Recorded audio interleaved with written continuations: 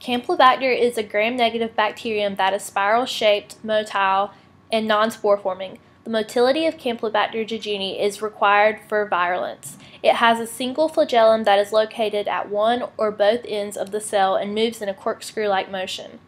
It grows best in the presence of limited oxygen, making it microaerophilic, and grows at moderate temperatures between 37 and 42 degrees Celsius. Campylobacter jejuni is the infectious strain of Campylobacter that affects both humans and animals. Symptoms include diarrhea, cramping, abdominal pain, nausea, and/or vomiting.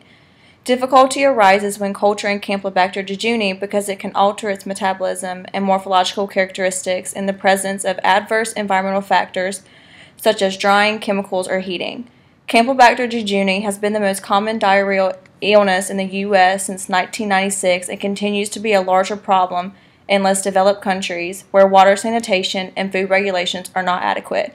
On a yearly basis, Campylobacter jejuni is known to affect 1.36 million people, but many do not report having symptoms of the illness because they are unaware, symptoms may never arise, or stool samples cannot be cultured.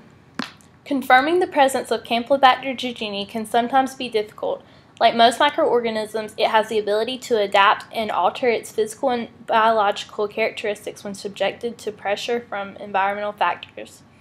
Environmental pressures enable Campylobacter jejuni to convert to a cocci form from their native spiral morphology. This is the reason why identifying this pathogen poses a challenge to microbiologists and health officials. Health officials who are alerted of potential Campylobacter infections will collect stool samples from the infected individual and send them to a laboratory who will follow official protocols for handling and culturing this microbe.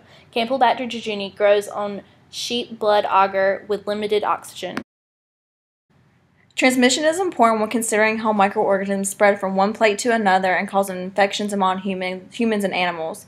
This picture demonstrates how Campylobacter can be transmitted through the environment to a human host. Contaminated water sources from large farms or untreated water can enter into the water feeds of chicken houses or cattle ranges. These farmed animals drink the contaminated water, and depending on the dose and chicken or cattle strain, Campylobacter can rapidly reach extremely high numbers.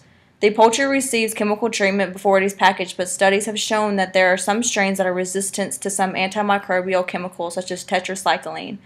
The cattle whose udders are infected transmit the bacteria into the milk, and depending on the initial load of bacteria, the heat treatment may not be enough to kill all the Campylobacter bacteria. A reservoir is any person, animal, plant, soil, or substance in which an infectious agent normally lives and multiplies. The reservoir typically harbors the infectious agent without injury to itself and serves as a source from which other individuals can be infected. Chickens and turkeys are one of the most frequent sources of Campylobacter jejuni. It is most commonly found in the liver, small intestine, spleen, and ceca. A major issue that arises is that chickens and turkeys show no sign of illness, so the infection goes unnoticed. Stool samples are the only indicator of Campylobacter jejuni infection. Cattle are the second most frequent reservoirs for Campylobacter jejuni. Campylobacter can be transmitted if an udder is infected from contact with manure or if there is improper cleaning of the teat before milking. Unpasteurized milk increases risk for illness. Dogs are also another reservoir for Campylobacter jejuni. Mishandling of feces and improper hand washing is the main cause of transmission. Challenges in the food industry include poor sanitation, improper handling and care of food products, lack of symptoms in chickens, difficulty in locating the transmission site, and improper cooking in food.